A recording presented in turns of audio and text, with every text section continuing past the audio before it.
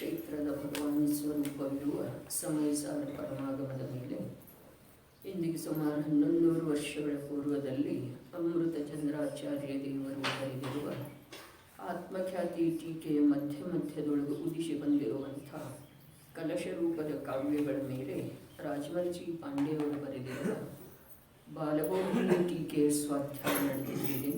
ಪುಣ್ಯ ಪಾಪ ಅಧಿಕಾರದ 13ನೇ ಮಂಗಲಮಯ ಕಲಶ ಇದೆ. ನಿಜವಾಗಿ 13ನೇ ಗುಣಸ್ಥಾನಕ್ಕೆ ಕರ್ಕೊಂಡು ಹೋಗುವಂಥ ಭಾವ ಇದರಲ್ಲಿ ನಿಹಿತ ಇದೆ. ನೋಡುವಂಥ ದೃಷ್ಟಿ ಬೇಕು. ಅದರ ಸಲುವಾಗಿ ನಿವೃತ್ತಿ ಮತ್ತು ಪುರುಷಾರ್ಥ ಕೂಡ ಪೂರ್ಣ ರೂಪದ್ದು ಬೇಕು.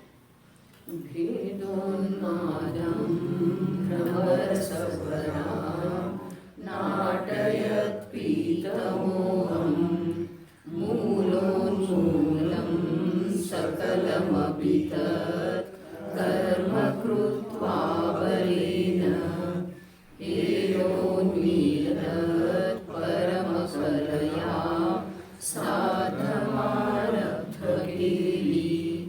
ಜ್ಞಾನಜ್ಯೋತಿ ಕವಲಿತತಮಃ ಪ್ರೋಜ್ಜುಂಭೆ ಭರೇಣ. ಜ್ಞಾನಜ್ಯೋತಿ ಭರೇಣ ಪ್ರೋಜ್ಜೃಂಭೆ. ಶುದ್ಧ ಸ್ವರೂಪದ ಪ್ರಕಾಶವು ತನ್ನ ಸಂಪೂರ್ಣ ಸಾಮರ್ಥ್ಯದ ಮೂಲಕ ಪ್ರಕಟವಾಯಿತು. ಹೇಗಿದೆ?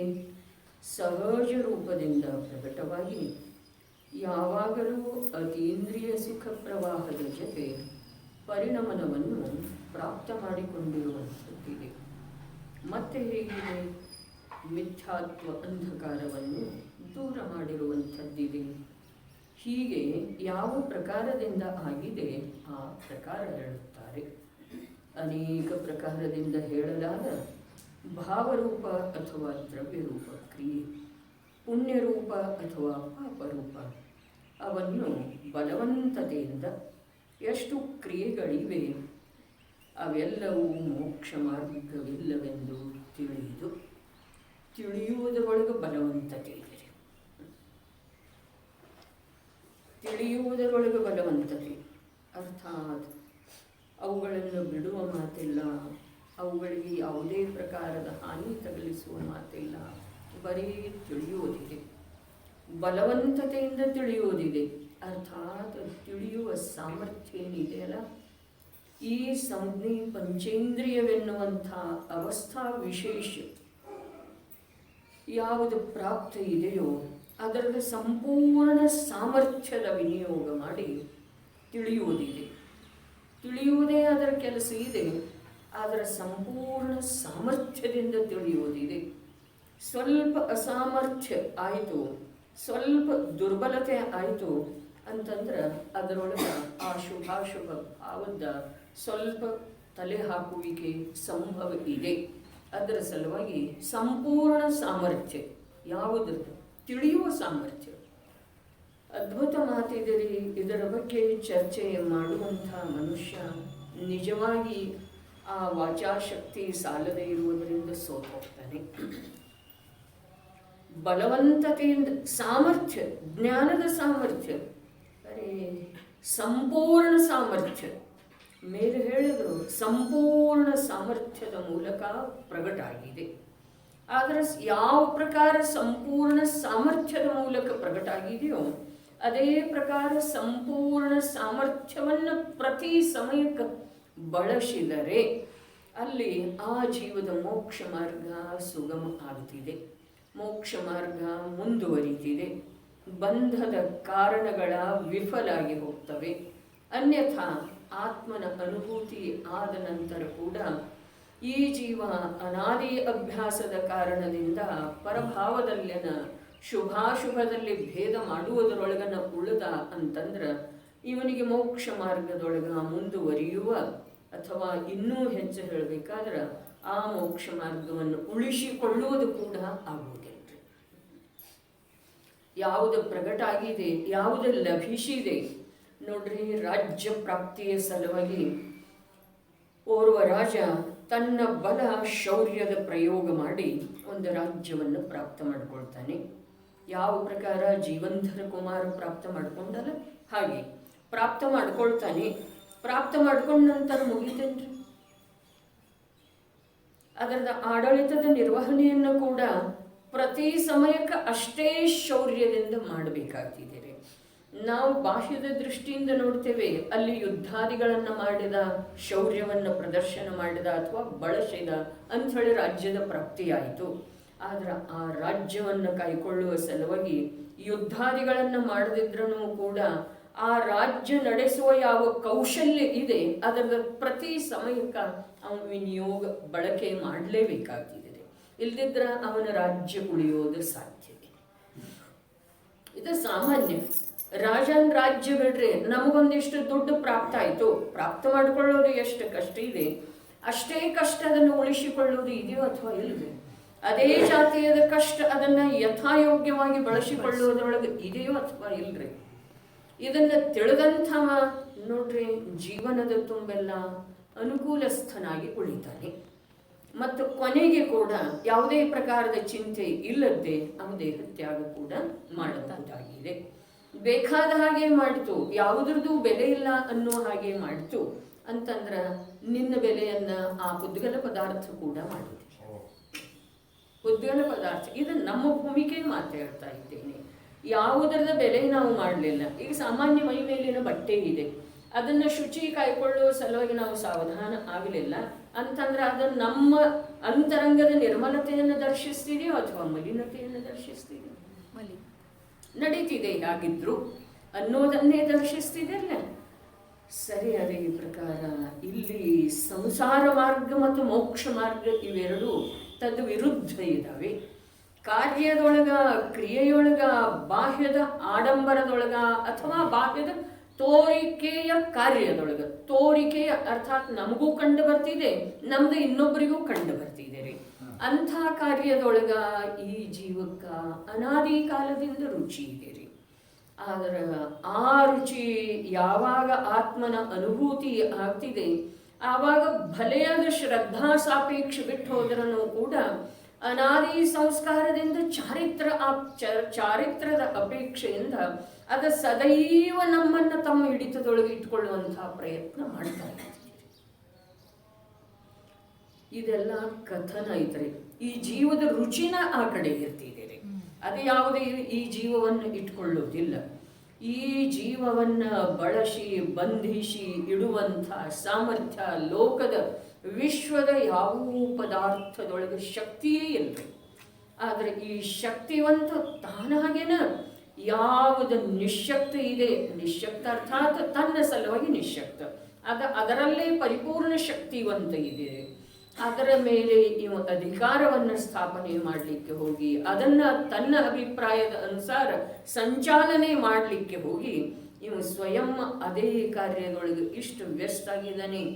ಎಂದೋ ಒಂದು ಸಲ ಇವನಿಗೆ ಇವನ ಇಚ್ಛೆಯ ಅನುಸಾರ ಪರಪದಾರ್ಥದ ಕಾರ್ಯ ಕಂಡು ಬರ್ತಿದೆ ಅರ್ಥಾತ್ ಅದು ಆ ಸಮಯದೊಳಗೆ ಆಗುವ ಯೋಗ್ಯತೆ ಇರ್ತಿದೆ, ಇವನದ ಆ ಕಾರ್ಯ ಮಾಡುವಂಥ ವಿಕಲ್ಪ ಇರ್ತಿದೆ. ಹೀಗಾಗಿ ಅದನ್ನ ತಾನೇ ಮಾಡಿದನು ಅಂಥೇಳಿ ಇವನಿಗೆ ಭ್ರಾಂತಿಯಾಗಿ ಹೋಗ್ತಿದೆ. ಆ ಭ್ರಾಂತಿ ಅನೇಕ ಕಾಲದವರೆಗೆ ನನ್ನಿಂದ ಯಾವ ಕಾರ್ಯ ಆಗ್ತಾ ಇಲ್ಲ ಅನ್ನೋದು ಸ್ಪಷ್ಟ ಇದ್ರೂ ಆ ಸ್ಪಷ್ಟತೆಯನ್ನ ಸ್ವೀಕಾರ ಮಾಡುತ್ತೇನೆ. ಮಾಡ್ತೇನೆ ಅನ್ನೋದು ಈ ಕರ್ತೃತ್ವ ಬುದ್ಧಿ ಏನಿದೆ, ಈ ಕರ್ತೃತ್ವ ಅರ್ಥಾತ್ ಕ್ರಿಯೆಯೊಳಗೆ ಈ ಜೀವದ ತನ್ನದ ಯಾವ ಒಂದು ಸ್ವೀಕಾರ ಇದೆ, ಅದು ಅನುಭೂತಿಯ ಸಮಯದಲ್ಲಿ, ಅನುಭೂತಿಯ ನಂತರ ಶ್ರದ್ಧಾ ಸಾಪೇಕ್ಷ ಬಿಟ್ಟು ಹೋಗ್ತಿದೆ.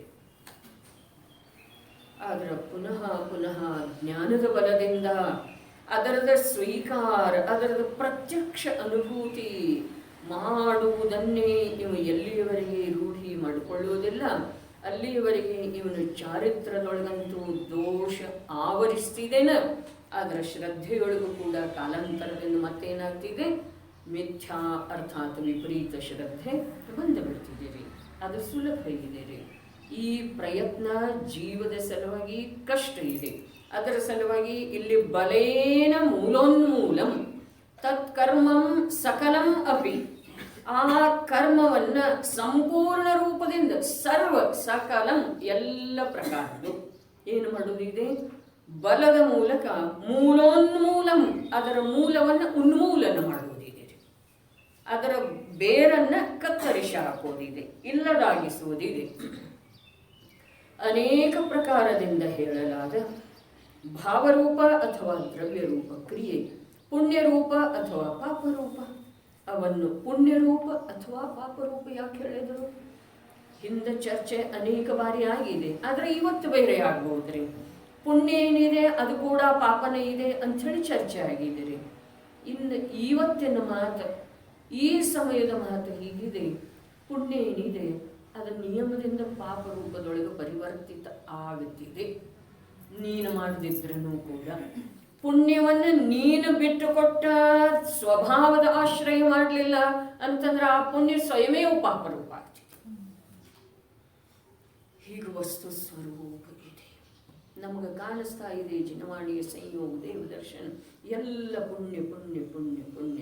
ನನ್ನ ಇಚ್ಛೆಯ ಅನುಸಾರ ಸ್ವಾಧ್ಯಾಯ ಆಗ್ತಾ ಇದೆ, ನನ್ನಲ್ಲಿ ಶುಭ ಪರಿಣಾಮಗಳು ಬರ್ತಾ ಇದ್ದಾವೆ ಅನ್ನಿಸ್ತಿದೆ. ಆದರೆ ನೋಡ್ರಿ, ಈ ಶುಭ ಪರಿಣಾಮಗಳ, ಈ ಶುಭ ಕ್ರಿಯೆಗಳ ಎಲ್ಲವೂ ಆ ಅಪೂರ್ವ ಕಾರ್ಯದ ಸಲುವಾಗಿ, ಶುದ್ಧ ಸ್ವಭಾವದ ಸ್ವೀಕಾರ ಮಾಡುವ ಸಲುವಾಗಿ, ಅಂತರಂಗದೊಳಗೆ ಪೂರ್ಣ ಪುರುಷಾರ್ಥದಿಂದ, ಪೂರ್ಣ ಬಲದ ಮೂಲಕ ಆ ಸ್ವಭಾವವನ್ನ, ಆ ಜ್ಞಾತ ತತ್ವವನ್ನ, ಆ ತ್ರಿಕಾಲ ಶುದ್ಧ ಚೈತನ್ಯವೆಂಬ ಪದಾರ್ಥವನ್ನ ಒಪ್ಪಿಕೊಳ್ಳುವ, ಸ್ವೀಕಾರ ಮಾಡುವ, ಅದರದ ಪ್ರತ್ಯಕ್ಷ ಅನುಭವ ಮಾಡುವ ಉದ್ಯಮವನ್ನ ಈ ಪುಣ್ಯದ ಉದಯ ಮತ್ತು ಪುಣ್ಯ ಪರಿಣಾಮ ಇರುವೆಳ್ಳದೊಳಗೆ ಮಾಡಲಿಲ್ಲ ಅಂತಂದ್ರ ಈ ಜೀವದ ಆ ಪುಣ್ಯದ ಉದಯ ಮತ್ತು ಪುಣ್ಯ ಪರಿಣಾಮ ಪಾಪ ರೂಪದಿಂದ ಬದಲಿ ಆಗಲಿಕ್ಕೆ ಸಮಯ ಬೇಕಾಗುವುದಿಲ್ಲ. ಈಗ ನೋಡ್ರಿ, ಉದಾಹರಣಾರ್ಥವಾಗಿ ಹೇಳಿದ್ರೆ ನಮ್ದು ಜೀವನ ಪುಣ್ಯಮಯ ಇದೆ ಅಂತ ಹೇಳಿ ಇಟ್ಕೊಳ್ಳೋನು ರೀ. ಅದಾದ ಅವರವರಿಗೆ ಗೊತ್ತಿರ್ತಿದೆ ರೀ, ಪುಣ್ಯಮಯ ಇದೆ ಅಂತ ಹೇಳಿ ಇಟ್ಕೊಳ್ಳೋನು. ನಮ್ಮ ಕಲ್ಪನೆರೇ ಇದೆ ಅಲ್ಲ, ನನ್ನ ಜೀವನ ಒಳ್ಳೆಯದಿದೆ, ಪುಣ್ಯಮಯ ಇದೆ, ಎಂದೂ ಅಸತ್ಯ ಮಾತಾಡಲಿಲ್ಲ, ಯಾರ್ದು ಧನ ಪರಸ್ತ್ರೀ ಪರಧನವನ್ನ ಅಪೇಕ್ಷಿಸಲಿಲ್ಲ, ಏನೇನೋ ಎಲ್ಲ ನಮ್ಮ ಕಲ್ಪನೆಯ ಮೇರೆಗೆ ನಮ್ಮ ಜೀವನ ಪುಣ್ಯಮಯ ಇದೆ ಅಂತ ಹೇಳಿ ಇಟ್ಕೊಳ್ಳೋಣ. ಆದರೆ ಸ್ವಭಾವದ ಧ್ಯೇಯವನ್ನ ಮರೆತು ಹೋಗಿ ಸ್ವಭಾವದ ಪ್ರಾಪ್ತಿಯ ಸಲುವಾಗಿ ಅಂತರಂಗದೊಳಗ ಪೂರ್ಣ ಪುರುಷಾರ್ಥ ಮಾಡದೆ ಹೋದರೆ, ಆ ಸ್ವಭಾವದ ಕಡೆಗೆ ಒಂದು ಹೆಜ್ಜೆ ಕೂಡ ಗಮನ ನಮ್ದು ಆಗದೆ ಹೋದರೆ, ಇಲ್ಲಿ ಆಯು ಪೂರ್ಣ ಆಯಿತು ಅಂತಂದ್ರೆ ಈ ಪುಣ್ಯದ ಫಲದೊಳಗ ಭವನ ತ್ರಿಕೋನ ಅಥವಾ ವಿಮಾನವಾಸಿನ ಆಗ್ತೀವಿ ಅಂತ ಹೇಳಿ ಇಟ್ಕೊಂಡು ನೋಡ್ಲ, ಅಲ್ಲಿ ಪಾಪ ಪರಿಣಾಮ ಆಗ್ತಿದೆ. ಏನು ಪುಣ್ಯದ ಭೋಗ ಇರ್ತಿದೆ, ಪುಣ್ಯದ ಸಂಯೋಗ ಇರ್ತವೆ, ಅದರ ಪರಿಣಾಮ ಏನಿರ್ತಿದೆ? ಪಾಪ. ಪಾಪ ಅಂದ್ರೆ ಇನ್ನೊಬ್ಬರಿಗೆ ಹಾನಿ ಮಾಡೋದು ಅದು ಪಾಪ ಅಲ್ಲ. ಉಪಲಬ್ಧ ಭೋಗಗಳ ಭೋಗದ ಭಾವ ಏನಿದೆ ಅದು ಪಾಪ ಇದೆ.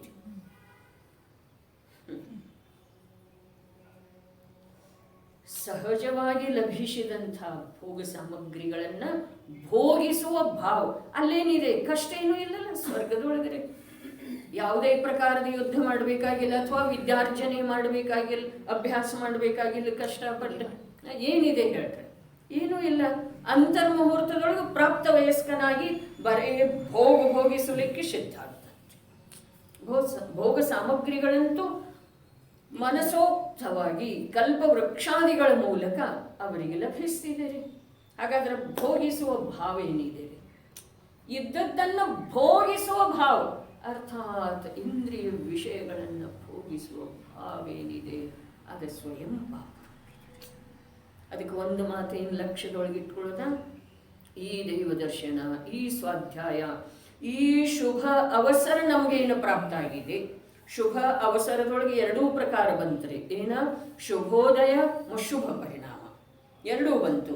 ಈ ಸನ್ನಿವೇಶದೊಳಗೆ, ಈ ಶುಭ ಅವಸರದೊಳಗ ನಾನು ಯಾರ, ನಿಜವಾಗಿ ನನ್ನನ್ನು ನಾನು ಯಾಕೆ ಮರೆತಿದ್ದೇನೆ, ಯಾವ ಕಾರಣದಿಂದ ನನ್ನ ಸ್ವರೂಪದ ವಿಸ್ಮರಣೆಯನ್ನ ಇಷ್ಟೊಂದು ಜಿನಾಗಮದ ಅಭ್ಯಾಸ ಮಾಡಿದರನು ಕೂಡ, ಜಿನವಾಣಿಯ ಪಠನಾದಿಗಳನ್ನ ಮಾಡಿದರನು ಕೂಡ ನನಗೆ ಆ ನನ್ನ ಸ್ವಭಾವವನ್ನ ಮರೆತು ಬಿಡುವಂಥ ಯಾವ ದುರ್ಬಲತೆ ಇದೆ, ಆ ದುರ್ಬಲತೆಯನ್ನು ನಾನು ಹೇಗೆ ಹೊಡೆದೋಡಿಸೋದು, ಆ ದುರ್ಬಲತೆಯನ್ನು ನಾನೇ ಬಿಡುವುದಿದೆ ಅಂದ ಮೇಲೆ ನಾನು ಯಾವಾಗ ಬಿಡೋದು, ಹೇಗೆ ಬಿಡೋದು? ಆ ನನ್ನ ದುರ್ಬಲತೆಯ ಪರಿತ್ಯಾಗ ಮಾಡಿ ನಾನು ಒಂದು ಚೈತನ್ಯ ತತ್ವ, ಅರೂಪಿ ತತ್ವ, ಅತೀಂದ್ರಿಯ ಜ್ಞಾನಸ್ವರೂಪಿ ತತ್ವ, ಅತೀಂದ್ರಿಯ ಸುಖದ ಸಾಗರ ನಾನು ಇದ್ದೇನೆ ಅನ್ನುವುದರದ ಬಲವಾದ ವಿಶ್ವಾಸ.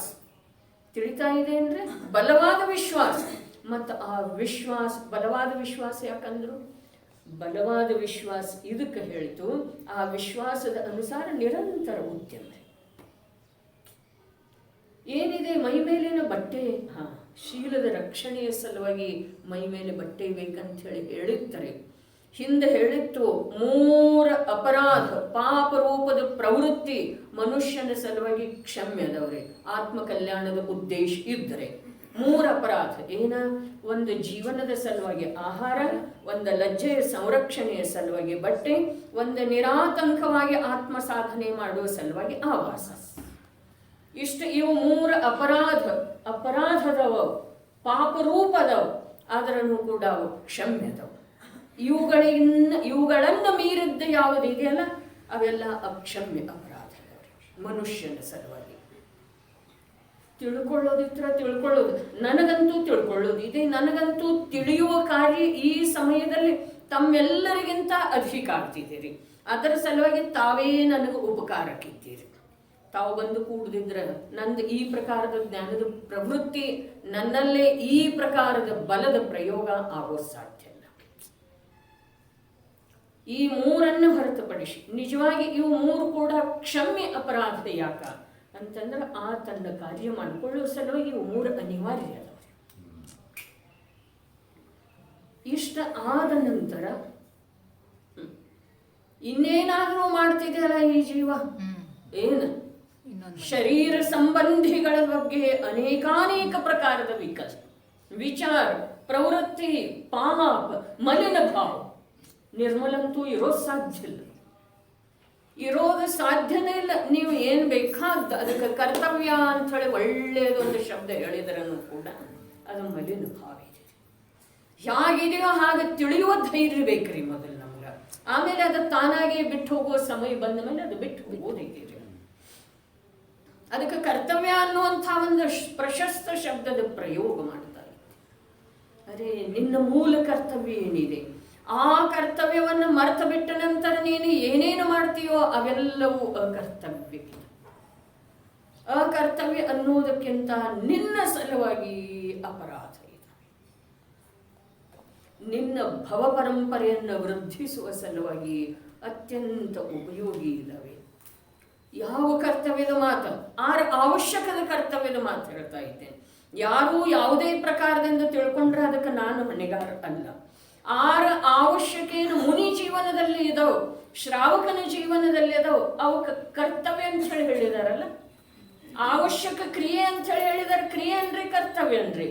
ಆದ್ರೆ ಅವುಗಳದ್ದು ಕೂಡ ಯಾವ ಜೀವಕ ಮುನಿ ಅವಸ್ಥೆಯೊಳಗೆ ಆ 6 ಕ್ರಿಯೆಗಳ ಕುರಿತಾಗಿ ಯಾವ ಒಂದಿಷ್ಟು ಒಳ್ಳೆಯತನದ ಆ ಕ್ರಿಯೆಗಳ ಕುರಿತು ಧನ್ಯತೆಯ ಭಾವ, ಒಳ್ಳೆಯ ಕಾರ್ಯ ಮಾಡ್ತಾ ಇದ್ದೇನೆ, ಯೋಗ್ಯ ಕಾರ್ಯ ಮಾಡ್ತಾ ಇದ್ದೇನೆ, ಇದನ್ನು ನಾನು ಈಗ ಮಾಡಲೇಬೇಕು ಅನ್ನುವಂಥ ಭಾವ ಬಂತು ಅಂತಂದ್ರೆ ಅವ ಅಲ್ಲೇ ಭವಸಾಗರದೊಳಗೆ ಮುಳುಗ್ತಾನ್ರಿ. ಸತ್ಯವಾದಿ ಇದರಲ್ಲಿ ಕಥೆ ಬರ್ತಿದೆ ರಾಮಾಯಣದಲ್ಲಿ. ಅವ ಸ್ಫಟಿಕದ ಕಾಲುಗಳದ್ದ ಸಿಂಹಾಸನ ಇರ್ತಿದೆ, ಅದರ ಮೇಲೆ ಕೂಡ್ತಿದ್ದ. ಅದರ ಮೇಲೆ ಕೂತ ಅವ ಸತ್ಯ ಹೇಳ್ತಿದ್ದ. ನೋಡೋರಿಗೆಲ್ಲ ಅನಿಸ್ತಿತ್ತು ಇವನ ಸಿಂಹಾಸನ ಅಧರದೊಳಗಿದೆ ಅಂತ ಹೇಳಿ. ಗುರುಮಾತೆಯ ಒಂದು ಮಾತನ್ನ ನಡೆಸಿಕೊಡುವ ಸಲುವಾಗಿ ಅಸತ್ಯ ಹೇಳಿದ. ಆ ಅಸತ್ಯ ಹೇಳ್ತಾ ಇದ್ದ ಹಾಗೆ ಆ ಸಿಂಹಾಸನ ಸಹಿತ ನರಕಕ್ಕಿಳಿದಂತೆ ರವಿಶೇನಾಚಾರ್ಯರು ಹೇಳ್ತಾರೆ. ಸಿಂಹಾಸನ ಸಹಿತ ನರಕಕ್ಕಿಳಿದ. ಯಾವುದರ ಸಲುವಾಗಿ ಹೇಳ್ತಾ ಇದೆ? ಸತ್ಯ ಮಹಾವ್ರತದ ಪರಿಪಾಲನೆ ಮಾಡುವುದಿದೆ. ಆದರೆ ಸತ್ಯ ಮಹಾವ್ರತ, ಅಹಿಂಸಾ ಮಹಾವ್ರತದ ಪರಿಪಾಲನೆ ಮಾಡುವುದಿದೆ. ಆದರೆ ಅಹಿಂಸಾ ಮಹಾವ್ರತ, ಅಚೌರ್ಯ, ಅಪರಿಗ್ರಹ, ಬ್ರಹ್ಮಚರ್ಯ, ಈ 5 ಪ್ರಕಾರದ ಮಹಾವ್ರತಗಳ ಪರಿಪಾಲನೆ ಮಾಡುವುದಿದೆ. 6 ಅವಶ್ಯಕಗಳ ಪಾಲನೆ ಮಾಡುವುದಿದೆ, ಅವಶ್ಯಕ ಕ್ರಿಯೆಗಳನ್ನು ಮಾಡುವುದಿದೆ. ಆದ್ರೆ ಆ ಮುನಿ ಜೀವನದೊಳಗ 6 ಅವಶ್ಯಕಿಲ್ಲ, ಒಂದೇ ಒಂದು ಅವಶ್ಯಕ. ಏನ? ಸ್ವಭಾವದ ಸ್ಥಿರತೆ. 5 ಪ್ರಕಾರದ ಯಾವ ಮಹಾವ್ರತ ಅದಾವೋ ಅವು ನಿಜವಾಗಿ ಮಹಾವ್ರತ ಇಲ್ಲ. ಎಲ್ಲಿ ವಿಕಲ್ಪ ರೂಪ ಅದಾವೋ ಅಲ್ಲಿ ಅವು ಅನುವ್ರತನ ಆಗಿವೆ. ನಿಜವಾಗಿ ಮಹಾವ್ರತ ಯಾವುದಿದೆ? 6 ಗುರಾಣಿಯೊಳಗೆ ಹೇಳಿದರು. ನಿರುತ ಚಿತ್ ಸ್ವರೂಪ ಆತ್ಮನಲ್ಲಿ, ನಿರಂತರ ಚಿತ್ ಸ್ವರೂಪ ಆತ್ಮನಲ್ಲೇ ನಿಮಗ್ನ ಇರೋದೇನಿದೆ ಇದುವೇ ಮಹಾವ್ರತ. ಅದಕ್ಕೆ ಭೂಮಿಕಾ ಅನುಸಾರವಾಗಿ ಕ್ರಿಯೆ ಕರ್ತವ್ಯ ಆ ಭೂಮಿಕೆಗೆ ಸಂಬಂಧಿಸಿದ್ದು ಇರ್ತವ್ರಿ. ಆದ್ರೆ ಭೂಮಿಕೆ ಅಂದ್ರೆ ವ್ಯಕ್ತಿ ಅಲ್ಲ, ಭೂಮಿಕೆ ಅಂದ್ರೆ ವ್ಯಕ್ತಿ ಅಲ್ಲ. ಸಾಧಕ ಇದು ಭೂಮಿಕೆ ಇದೆ ರೀ, ಹೌದು ಅಥವಾ ಇಲ್ಲ? ಗೃಹಸ್ಥಾವಸ್ಥೆಯಲ್ಲಿ ಆಂಶಿಕ ರೂಪದಿಂದ ಧರ್ಮದ ಸಾಧನೆ ಮಾಡ್ತಾನೆ, ಗೃಹಸ್ಥಾವಸ್ಥೆಯನ್ನು ಬಿಟ್ಟುಕೊಟ್ಟ ಪೂರ್ಣ ರೂಪದಿಂದ ಧರ್ಮದ ಅಥವಾ ಮೋಕ್ಷ ಮಾರ್ಗದ ಸಾಧನೆ ಮಾಡ್ತಾನೆ. ಆ ಸಾಧಕನ ಭೂಮಿಕಾ ಇದೆ, ಆ ಭೂಮಿಕೆ ಅಂದ್ರೆ ಸಾಧಕ ಅಲ್ಲ. ಅದೇ ಪ್ರಕಾರ ಇಲ್ಲಿ ತಿಳ್ಕೊಳ್ಳೋದಿದೆ, ಸಂಪೂರ್ಣ ಬಲದ ಪ್ರಯೋಗ ಮಾಡಿ ಪ್ರತಿ ಸಮಯಕ್ಕೆ ಏನು ಮಾಡಬೇಕಾಗ್ತಿದೆ? ಆ ಪುಣ್ಯ ಪಾಪ ರೂಪದ ಭಾವೇನಿದಾವೆ ಆ ಭಾವಗಳನ್ನು ನಾಶ ಮಾಡೋದಲ್ಲ, ಆ ಭಾವಗಳ ಮೋಕ್ಷ ಮಾರ್ಗ ಅಲ್ಲ ಅಂಥೇಳಿ ತಿಳಿಯೋದಕ್ಕೆ ಬೇಕು ಸಾಮರ್ಥ್ಯ ರೀ, ತಿಳಿಯುವುದಕ್ಕೆ ಸಾಮರ್ಥ್ಯ ಬೇಕು. ಈ ಜೀವದ ಸ್ವಭಾವಂತೂ ತಿಳಿಯುವುದೇ ಇದೆ, ಆದರೆ ಸಹಜ ತಿಳಿಯೋದಲ್ಲ, ಸಾಮರ್ಥ್ಯದಿಂದ ತಿಳಿಯೋದಿದೆ. ಏನ? ಇದು ಮೋಕ್ಷ ಮಾರ್ಗ ಅಲ್ಲ, ಇದು ಮೋಕ್ಷ ಮಾರ್ಗ ಅಲ್ಲ ಅಂಥೇಳಿ ದಶಲಕ್ಷಣದ ಪೂಜೆ ಮಾಡುವ ವೇಳೆದೊಳಗ ಪೂಜಕನಿಗೆ ಮಿಥ್ಯಾದೃಷ್ಟಿ ಇರಲಿ, ಅವ ಪೂಜಕನಿಗೆ ಇದು ಮೋಕ್ಷ ಮಾರ್ಗ ಅಲ್ಲ ಅನ್ನೋದು ಒಂದು ಜ್ಞಾನದ ಚಿಕ್ಕದಾದಂಥ ತರಂಗ ಅಥವಾ ಒಂದು ಕಿರಣ ಒಳಗಿಟ್ಟು ಅಂತಂದ್ರೆ ಅದರಲ್ಲಿ ಆಸಕ್ತಿ ಆಗಲಿ ಅದರಲ್ಲಿ ತೃಪ್ತಿ ಆಗಲಿ ಇರ್ತಿದೆ ಅಂದ್ರೆ ಉಳಿಯೋದು ಸಾಧ್ಯತೆನ ಒಂದೇ ಒಂದು ಜ್ಞಾನದ ಕಿರಣ ಒಳಗೆ ಕೆಲಸ ಮಾಡ್ತಾ ಇದೆ. ಇದು ಮೋಕ್ಷ ಮಾರ್ಗ ಅಲ್ಲ, ಇದು ಅನಾದಿಕಾಲೀನ ಸಂಸಾರದ ಯಾವ ಬಂಧ ರೂಪದ ಮಾರ್ಗ ಇದೆಯೋ ಅದಕ್ಕೆ ಪೋಷಣೆ ನೀಡುವಂಥದ್ದು ಇದೆ, ಅದನ್ನೇ ಬಲವಾಗಿ ಹಿಡ್ಕೊಳ್ಳುವಂಥದ್ದು ಇದೆ. ಯಾವುದು? ಪೂಜೆಯ ಭಾವ. ಆ ಪೂಜಾ ಪಾಠದೊಳಗ ಅನೇಕಾನೇಕ ಉತ್ಕೃಷ್ಟ ಶಬ್ದಗಳಿರ್ತವೆ. ಆ ಶಬ್ದದ ಭಾವ ಅದು ಪರ ಇದೆ ಅನಿಸುವ ಇದೆ ರೀ. ಶಬ್ದದೊಳಗಿರುವಂತಹ ಉತ್ಕೃಷ್ಟ ಭಾವ ಪರ ಇದೆ ರೀ. ಯಾವುದೋ ಒಂದು ಬುದ್ಧಿಕ ಪಾತ್ರೆ ಮೇಲೆ ವಿಚಾರ ಮಾಡುವಂಥ ವಿಚಾರ ಅಂತ ಬೇರೆ ದಾರ್ಶನಿಕರಾಗಿ ಬುದ್ಧ ಯಾವುದೋ ಕ್ರಿಯಾಕಾರಣಕ್ಕೆ ಮೋಕ್ಷ ಇಲ್ಲ ಅನ್ನುವಂಥದ್ದು ಪ್ರತಿಪಾದನೆ ಮಾಡ್ತಾರೆ. ಇವತ್ತು ಇಲ್ಲ ಮಾಡ್ತಾರ್ರಿ, ವಸ್ತು ಸ್ವರೂಪ ಆಗಿದೆಯಲ್ಲ. ತಾವು ಹೇಳಿದ್ರಲ್ಲ ಆ ಮಿಥ್ಯಾದೃಷ್ಟಿ ಇರಲಿ, ಅವನಿಗೆ ಒಂದು ಚೂರ ತಿಳಿದ್ರು ಈ ಕ್ರಿಯಾಕಾಂಡ ಕರೆ ಆಗುತ್ತೆ. ಮಿಥ್ಯಾದೃಷ್ಟಿ ಇರಲಿ, ಆ ಅರ್ಥಾತ್ ಬೇರೆ ಯಾವನು ಅಲ್ಲ. ನಾನು ಪೂಜೆ ಮಾಡೋದಿದೆ, ಹೌದೇನಲ್ರಿ? ದಶಲಕ್ಷಣ ಬರ್ತಾ ಇದೆ, ದಶಲಕ್ಷಣದ ಪೂಜೆಯನ್ನು ಮಾಡುವಂಥ ಉತ್ಸಾಹ ಸದ್ಭಾವನೆ ಎಲ್ಲರಲ್ಲೂ ಇರ್ತಿದೆ ರೀ. ಆದ್ರೆ ಆ ಪೂಜೆ ಮಾಡುವ ವೇಳೆದೊಳಗೆ ಒಂದೇ ಒಂದು ಜ್ಞಾನದ ಕಿರಣ ಒಳಗಡೆ ಕೆಲಸ ಮಾಡ್ತಿತ್ತು. ಏನ? ಇದು ಮೋಕ್ಷ ಮಾರ್ಗ ಅಲ್ಲ. ಮೋಕ್ಷ ಮಾರ್ಗ ಅಲ್ಲ ಅಂದಮೇಲೆ ಅದರೊಳಗ ಆಸಕ್ತಿ ಆಗಲಿ ಉತ್ಸಾಹ ಆಗಲಿ ಉಳಿತಿದೆಯನ? ಹಾಗಾದ್ರೆ ನಿರುತ್ಸಾಹಿಯಾಗಿ ಪೂಜೆ ಮಾಡೋದ? ನಿರುತ್ಸಾಹಿಯಾಗಿ ಪೂಜೆ ಮಾಡೋದೇನ? ಹಾಗೆ ಅರ್ಥ ಅಲ್ಲ. ಹಾಗಾದ್ರೆ ಅರ್ಥ ಏನ? ಅದು ಮೋಕ್ಷ ಮಾರ್ಗ ಅಲ್ಲ ಅನ್ನುವಂಥ ಯಾವ ಜ್ಞಾನದ ಕಿರಣ ಇದೆಯಲ್ಲ, ಆ ಜ್ಞಾನದ ಕಿರಣದ ಮೂಲಕ ಮೋಕ್ಷ ಮಾರ್ಗ ಯಾವುದಿದೆಯೋ ಆ ಕಡೆ ಉದ್ಯಮ ಮಾಡೋದ್ರಿ. ಇದನ್ನಂತೂ ಬಿಟ್ಟು ಕೊಡೋದು ಸಾಧ್ಯ ಇಲ್ಲ, ಬಿಟ್ಟು ಕೊಡೋದಿಲ್ಲ. ಬಿಟ್ಟು ಕೊಟ್ರೆ ಆ ಕಡೆ ಉದ್ಯಮ ಆ ಜ್ಞಾನ ಕಿರಣದ ಆಗೋದನೇ ಇಲ್ರಿ. ಹೀಗೆ ವಸ್ತು ಸ್ವರೂಪ ಇದೆ, ಇದನ್ನ ಬಿಡದೆ ಇದನ್ನ ಹಿಡಿಯದೇ ಮಾಡೋದಿದೆ ರೀ. ಸ್ವಾಧ್ಯಾಯ ಮತ್ತು ಪೂಜಾದಿಗಳನ್ನ ಬಿಡೋದು ಇಲ್ಲ, ಅವನ್ನ ಹಿಡಿಯೋದು ಇಲ್ಲ. ಹಿಡಿಯೋದರ್ಥಾತ್ ಇದು ನನ್ನ ಸುಖದ ಕಾರಣ ಇದೆ, ಇದು ಮನುಷ್ಯ ಜನ್ಮದ ಸಾರ್ಥಕತೆ ಇದೆ, ಇದರಿಂದ ಭವವಿಚ್ಛೇದ ಆಗ್ತಿದೆ, ಇದರಿಂದ ಮೋಕ್ಷ ಮಾರ್ಗ ಲಭಿಸಿದೆ ಅನ್ನುವ ಅಭಿಪ್ರಾಯ ಒಳಗಡೆ ಇರೋದಿಲ್ಲ. ಹಾಗಾದ್ರೆ ಅಭಿಪ್ರಾಯ ಬಿಟ್ಟು ಕೆಲಸ ಆಗ್ತಿದೆಯೇನ? ಆಗ್ತಿದೆ, ಆದ್ರೆ ನಮ್ದು ವಿಶ್ವಾಸ ಇಲ್ಲ. ಕೆಲಸ ಆಗ್ತಿದೆ ಅನ್ನೋದಕ್ಕಿಂತ ಈಗೇನಾಗ್ತಾ ಇದೆಯಲ್ಲ ಅದಕ್ಕಿಂತ ಬಹಳ ಅಧಿಕ ಆಗ್ತಿದೆ. ಇದು ಭೇದ, ಇದು ರಹಸ್ಯ ಈ ಜೀವಕ್ಕೆ ತಿಳಿತಾ ಇಲ್ಲ. ಇಲ್ಲಿ ಹೇಳ್ತಾ ಇದ್ದಾರೆ, ಅದು ಒಂದೇ ಒಂದು ಸಣ್ಣ ಜ್ಞಾನದ ಕಿರಣ ಏನಿದೆ ಅಲ್ಲ, ಇದು ಸಮ್ಯಕ್ ದೃಷ್ಟಿಯ ಕಡೆಗೆ ಹೋದ ನಂತರ ಶುದ್ಧ ಪರಿಣತಿ ಏನಿದೆ ಅಲ್ಲ, ಆ ಶುದ್ಧ ಪರಿಣತಿಯ ಬಲದಿಂದಲೇ ಶುದ್ಧೋಪಯೋಗದ ಉಪಲಬ್ಧಿಯಾಗ್ತಿದೆ.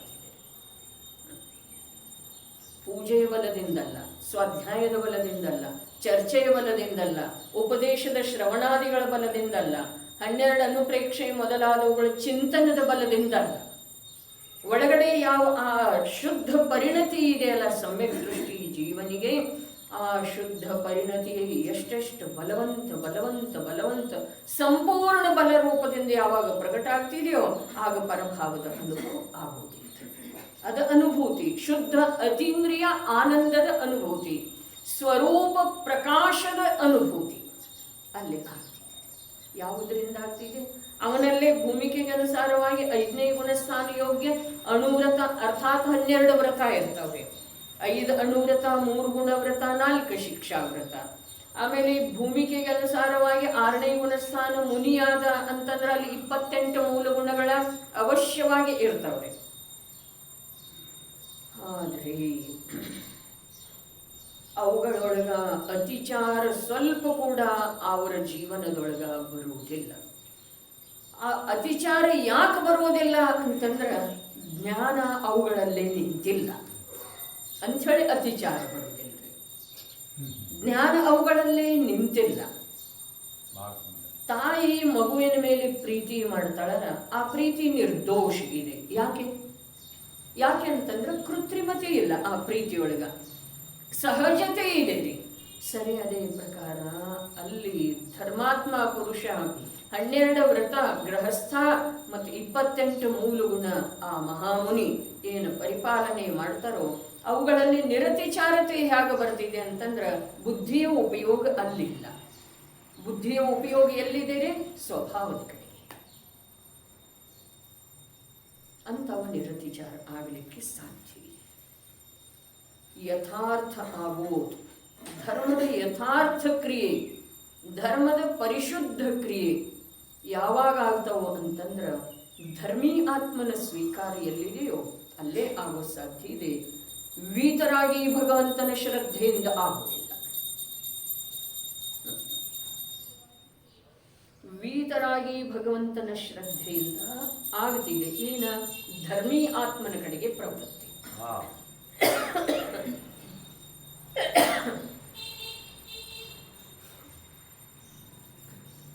ಆ ಧರ್ಮೀ ಆತ್ಮನ ಸ್ವೀಕಾರದಿಂದ ವ್ರತಾದಿಗಳಲ್ಲಿ ಪರಿಶುದ್ಧತೆ ಬರ್ತಿದೆ. ಎಷ್ಟು ಕ್ರಿಯೆಗಳಿವೆ ಅವೆಲ್ಲವೂ ಮೋಕ್ಷ ಮಾರ್ಗವಿಲ್ಲವೆಂದು ತಿಳಿದು, ಹೇಗೆ ತಿಳಿದ? ಬಲವಂತತೆಯಿಂದ ತಿಳಿದು. ಏನು ತಿಳಿದ? ಎಷ್ಟು ಕ್ರಿಯೆಗಳಿವೆ ಅವೆಲ್ಲವೂ ಮೋಕ್ಷ ಮಾರ್ಗ ಅಲ್ಲ ಅಂತೇಳಿ ತಿಳಿದ. ಬಲವಂತತೆ ಎಲ್ಲಿರಿ? ಕ್ರಿಯೆಗಳೊಳಗೋ ಅಥವಾ ತಿಳಿಯುವುದರೊಳಗೆ? ತಿಳಿಯುವುದರೊಳಗೆ ಅಂದ್ರೆ ಈಗ ಅಲ್ಲಿ ಶಬ್ದ ನೋಡಿ, ಬಲವಂತತೆಯಿಂದ ತಿಳಿದು. ಏನನ್ನು ತಿಳಿದ? ಎಷ್ಟು ಕ್ರಿಯೆಗಳ ಇವೆಯೋ ಅವೆಲ್ಲ ಮೋಕ್ಷ ಮಾರ್ಗ ಅಲ್ಲ ಅಂತೇಳಿ ತಿಳಿದ. ಹಾಗಾದ್ರೆ ಬಲವಂತತೆಯಿಂದ ಆ ವಿಷಯವನ್ನು ತಿಳಿದ ನಂತರ ಆಗುವ ಲಾಭ ಏನ? ಕ್ರಿಯೆಗಳಲ್ಲಿ ಇರುವಂತಹ ಮಮತೆ ತ್ಯಾಗವಿದೆ. ಮಮತೆಯ ತ್ಯಾಗ ಆಗತಿದೆ. ಮಮತೆಯ ತ್ಯಾಗ ಮಾಡುವುದರಿಂದ ಶುದ್ಧ ಜ್ಞಾನವು ಮೋಕ್ಷ ಮಾರ್ಗವಿದೆ ಎಂಬ ಸಿದ್ಧಾಂತವು ಸಿದ್ಧವಾಯಿತು. ಸಿದ್ಧಾಂತ ಹೇಗೆ ಸಿದ್ಧ ಮಾಡಿದವ? ಸಿದ್ಧಾಂತದ ಕಡೆಗೆ ಲಕ್ಷ್ಯ ಇಲ್ಲ, ಆ ಸಿದ್ಧಾಂತದ ಅನುಸಾರ ನಡೆಯುವ ಮಾತಿಲ್ಲ. ಆದ್ರೆ ಅವನ ಮಾತು ಇದೆ ಬಲವಂತತೆಯಿಂದ ತಿಳಿದವ ಬರೇ. ಯಾಕೆ ಅಂತಂದ್ರೆ ಅವನ ಸ್ವಭಾವದೊಳಗೆ ಬರೇ ತಿಳಿಯೋದಿದೆ, ಅವನ ಸಾಮರ್ಥ್ಯ ಬರೇ ತಿಳಿಯುವ ರೂಪದ ಸಾಮರ್ಥ್ಯ ಇದೆ. ಏನನ್ನು ತಿಳಿದ? ಹಾಗಾದ್ರೆ ಈ ಶುಭಾಶುಭ ಕ್ರಿಯೆಗಳೆಲ್ಲ ಮೋಕ್ಷ ಮಾರ್ಗ ಅಲ್ಲ ಅಂತ ತಿಳಿದ ನಾವು ತಿಳಿದೆವು. ಆದ್ರೆ ಅವುಗಳ ಕುರಿತು ಮಮತೆಯ ತ್ಯಾಗ ಆಗೋದ? ಅದರದ ಏನಿದೆ ತಾತ್ಪರ್ಯ ಇದೆ. ತಿಳಿಯುವುದರದ ತಾತ್ಪರ್ಯ ಏನಿದೆ? ಅವುಗಳ ಕುರಿತಾಗಿ ಮಮತೆಯ ತ್ಯಾಗ ಆಗೋದ. ಮಮತೆಯ ತ್ಯಾಗ ಆದ ನಂತರ ಕ್ರಿಯೆಯೊಳಗೆ ಸದೋಷತೆ ಬರ್ತಿದೆ ಅಂದ್ರೆ ಮಮತೆಯ ತ್ಯಾಗ ಆದ ನಂತರ ಕ್ರಿಯೆಯೊಳಗೆ ಸದೋಷತೆ ಬರ್ತಿದೆಯಲ್ಲ ಇಲ್ಲ. ಆದ್ರೆ ಮಮತೆ ಎಲ್ಲಿಯವರೆಗೆ ಇದೆಯೋ ಅದು ಕ್ರಿಯೆಯೊಳಗೆ ಸ್ವಯಂ ಸದೋಷತೆ ಇದೆ ರೀ. ಮಮತೆಯೇ ಸದೋಷತೆ ಇದೆ, ತಿಳಿತೇನ್ರಿ? ಕ್ರಿಯೆಯ ಜೊತೆಗೆ ಮಮತೆಯ ಭಾವ ಏನಿದೆಯಲ್ಲ ಅದುವೇ ಜೀವದ ಸಲುವಾಗಿ ದೋಷ ಇದೆ. ಕ್ರಿಯೆಯ ಸಲುವಾಗಿ ಮಮತೆಯ ತ್ಯಾಗ ಏನಿದೆಯಲ್ಲ ಅದು ಜೀವದ ಸಲುವಾಗಿ ನಿರ್ದೋಷತೆಯನ್ನು ತೋರಿಸುವಂತ ಎತ್ತಿ ಹಿಡಿಯುವಂತ ಮಾತಿದೆ. माझा रोजचा अनुभव सांगते तुम्हाला. इथे एक तासभर ऐकून गेलं ना की अष्टक राहिलेलं असते की सकाळी नंतर मी जाऊन बसते. अरे तो एक तासभर उपदेश मी ऐकून आले, तो वास्तविक पूजाच आहे ती. आता मी हे कृत्रिम काय करायला असं सचिन भाव. ಆದ್ರೂ ಕೂಡ ಏನಿರ್ತಿದೆ ಅಂತಂದ್ರೆ ಸ್ವಾಭಾವಿಕವಾಗಿ ಅದೊಂದು ಆಗ್ರಹ ಇರ್ತಿದೆ ಜೀವಕ್ಕೆ ಆಗ್ರಹ. ಅದು ಮಾಡ್ಲಿಲ್ಲ ಅಂತಂದ್ರೆ ಇನ್ನಷ್ಟು ಮಲಿನ ಆಗ್ತಾವ್ರಿ ಭಾವಗಳ. ಅದನ್ನು ಬಿಟ್ಟು ಕೊಟ್ರಿ ಅಂತಂದ್ರೆ ಮಾಡ್ಲಿಲ್ಲ ಮಾಡ್ಲಿಲ್ಲ ಮಾಡ್ಲಿಲ್ಲ ಅಂಥೇಳಿ ಇನ್ನಷ್ಟು ಮಲಿನ ಆಗೋದು ಸಂಭಾವನೆ. ಅದನ್ನ ಸಹಜ ರೂಪದಿಂದ ತಗೊಳ್ಳೋದು, ಅದನ್ನ ಬಿಡುವ ಮಾತಿಲ್ಲ, ಬಿಡುವ ಸಲುವಾಗಿಲ್ಲ. ಇದೇನು ಒಳಗಡೆ ತಿಳಿತಾ ಇದ್ದಿರಲಿ ಇಲ್ಲಿಯವರೆಗೆ ಮಾಡಿದ್ದ ಭಾವ ಪೂಜೆನೇ ಇದೆ, ನಿಜವಾಗಿ ಭಾವ ಪೂಜೆನೇ ಇದೆ. ಜ್ಞಾನದ ಮಹಿಮೆ ಮಾಡೋದಾ ಇದು ಜ್ಞಾನಮಯ ಆತ್ಮನ ಪೂಜೆ ಇದೆ ರೀ. ಜ್ಞಾನವನ್ನ ಮರೆತ ಕ್ರಿಯೆಯ ಮಹಿಮೆ ಮಾಡೋದಾ ಇದು ಜ್ಞಾನಮಯ ಆತ್ಮನ ತಿರಸ್ಕಾರ ಇದೆ ರೀ. ಜೊತೆ ಜೊತೆಯಲ್ಲಿ ಸರ್ವಜ್ಞ ಪ್ರಭುವಿನ ಅದಕ್ಕಿಂತ ಮುಂದೆ ಹೋಗಿ ಹೇಳಿದ್ರ ವಸ್ತು ಸ್ವರೂಪದ ವಿರಾಧನೆ ಇದೆ. ಇದು ಪೂಜೆ ಇದೆ ನಿಜವಾಗಿ. ಆದ್ರೆ ಮಹಿಮಾ ಬರಬೇಕು ನನ್ನ ಶುದ್ಧ ಆತ್ಮಂದ, ನನ್ನ ಜ್ಞಾನಮಯ ಆತ್ಮಂದ, ನನ್ನ ಅರೂಪಿ ಸ್ವಭಾವದ, ನನ್ನ ಅತೀಂದ್ರಿಯ ಸುಖದ ನನಗೆ ಮಹಿಮೆ ಬರಬೇಕು. ಈ ಮಹಿಮೆ ಏನಿದೆ ಇದುವೇ ನಿಜವಾಗಿ ನಿಜಾತ್ಮನ ಭಾವ ಪೂಜೆ ಇದೆ ರೀ. ಆ ಮಹಿಮೆಯ ಬಲದಿಂದನ ಪ್ರಭು ಈ ಮಹಿಮೆಯನ್ನ ನೀನೇ ಹೇಳಿದೆ ಅಂಥೇಳಿ ಮತ್ತೆ ಅವನ ಸನ್ನಿಧಿ ಅವನ ಮಹಿಮೆ ಮಾಡೋದಿದೆ. ಯಾವುದರ ಸಲುವಾಗಿ? ಈ ಮಹಿಮೆ ಇಲ್ಲಿ ಜೀವಂತವಾಗಿ ಉಳಿಯುವ ಸಲುವಾಗಿ. ಅದೂ ಕರ್ತವ್ಯಲ್ಲ, ಇದೂ ಕರ್ತವ್ಯಲ್ಲ, ಅದು ಹೀನಲ್ಲ, ಇದು ಉಚ್ಚಲ್ಲ. ಆದರೆ ಇಲ್ಲಿ ಯಾವ ಭಾವಭಾಸನಾಗಿದೆ ಅದು ಇನ್ನಷ್ಟು ಉಚ್ಛ್ರಾಯ ರೂಪದಿಂದ ಅಲ್ಲೇ ಆಗ್ಬೇಕು. ಇವೆಲ್ಲ ಕ್ರಮ ಅದವ್ರಿ. ಈ ಗಂಡ ಹೆಂಡತಿ ಬೆಳಗಾಗ ಕೊಡ್ತಾರಲ್ಲ, ಗಂಡನ ಕರ್ಕೊಂಡ್ಬಂದಿರ್ತಾರಲ್ಲ, ಬ್ಯಾಡ ಬೇಕಾಯ್ತು ಅವ್ ಬಂದಿರ್ತಾನೆ, ಆ ಹೇಳಿದಂಗ ಅವ್ ಬರೀ ಹಾಕ್ತಿರ್ತಾನೆ ಎತ್ತರೇ ನೋಡ್ಬೇಡ್ರಿ. ಹೌದ್ರಿ, ನಿಜವಾದ ಮಾತಿದ್ದೀರಿ. ಯಾವ್ದು ತಗೊಳ್ಬೇಕನ್ನೋದು ಗೊತ್ತಿರೋದಿಲ್ಲ ಕೊಡ್ತಿರ್ತಾರೆ. ಅಂದ್ರನೇ ಇದರ ಅರ್ಥ ಎಷ್ಟು ಅಜ್ಞಾನ ಇದೆ ಅನ್ನೋದು. ನೋಡ್ರಿ, ಇವೆಲ್ಲ ಕೃತ್ರಿಮ ಕಾರ್ಯದಿಂದ ನಿಜವಾಗಿ ನಿಶ್ಚಿತವಾಗಿ ಪಾಪ ಆಗ್ತದೆ. ಭಾವನೆ ಅವಳದಿದೆ, ಆ ಜೀವದ ಕಲ್ಯಾಣ ಆಗಲಿ ಅಂಥೇಳಿ ಭಾವನೆ ಇರಬಹುದು, ಅಥವಾ ಪೂಜೆ ಮಾಡಲಿ, ಧರ್ಮಕ್ರಿಯೆ ಮಾಡಲಿ ಅನ್ನುವ ಭಾವನೆ ಪತ್ನಿದ್ದಿರ್ಬೋದು ಪತಿಯ ಕುರಿತಾಗಿ. ಆದ್ರೆ ಆ ಭಾವನೆ ಕೂಡ ಜೀವ ದೃಷ್ಟಿಯಿಂದಿಲ್ಲ, ಪತಿ ದೃಷ್ಟಿಯಿಂದಿದೆ ಅಂಥೇಳಿ ಪಾಪ ಇದೆ. ಭೂಮಿಕೆ ಅನುಸಾರ ಅದು ಪಾಪ ಇದೆ ನಿಶ್ಚಿತವಾಗಿ. ಈ ಅತ್ಯಂತ ದ್ರವ್ಯ ಮೂಲ ಗುಣ ವಾಸ್ತವಿಕ ಹೇಳಿದ್ರೆ ಅದು ಪಾಪ ಅನ್ನಿಸ್ತದೆ. ಪಾಪನೇ ಇದೆ ರೀ. ನೋಡ್ರಿ, ಅಲ್ಲಿ ಈ ಜೀವ ಧರ್ಮದೊಳಗೆ ಬರಲಿ ಅನ್ನೋದಿದೆಯೋ, ಅಥವಾ ನನ್ನ ಗಂಡ ಧರ್ಮ ಮಾಡಲಿ, ಧರ್ಮದ ಕ್ರಿಯೆ ಮಾಡಲಿ, ನೋಪಿ ಪೂಜೆ ಅಷ್ಟಕ ಮಾಡಲಿ ಅನ್ನೋದಿದೆ ರೀ.